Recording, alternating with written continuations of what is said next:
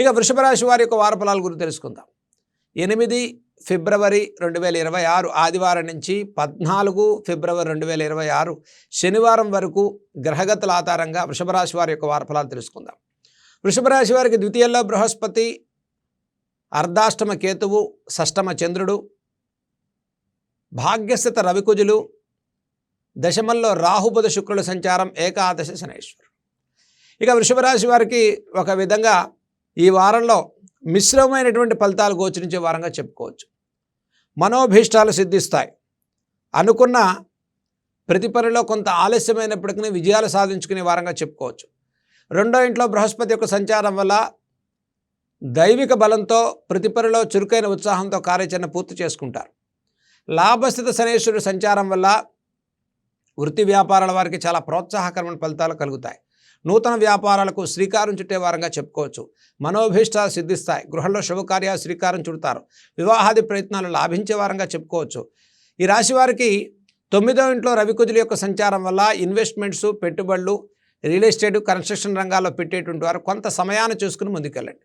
అంటే మనకన్నా శక్తికి మించి ఇన్వెస్ట్మెంట్స్ తీసుకొచ్చేటువంటి వారు, పార్ట్నర్షిప్ వ్యాపారాలు చేసేటువంటి వారు, ఫైనాన్షియల్, లిటిగేషన్, లీగల్, స్పెక్యులేషన్ లాంటి వ్యవహారాలు చేసేటువంటి వారికి ఆర్థిక స్తబ్దత కలగకుండా, అంటే మనం ఏదైతే కొంత ఫైనాన్షియల్ ఇన్వెస్ట్మెంట్స్ పెట్టి అది బ్లాక్ అవ్వకుండా జాగ్రత్తలు పాటించడం చెప్పదగ్గ సూచన.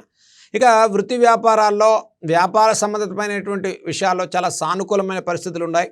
దశమ బుధ శుక్రుల సంచారం వల్ల ఖర్చు స్థానం పెరుగుతుంది. నూతన వస్తు వాహనాలు కొనుగోలు చేసేటువంటి వారంగా చెప్పుకోవచ్చు. మనోభీష్టాలు సిద్ధిస్తాయి.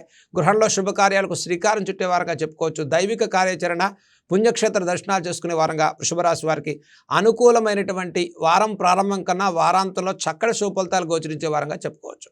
ఇక ఈ రాశి వారికి విద్యార్థులకు చాలా ప్రోత్సాహకరమైన ఫలితాలు కలుగుతున్నాయి.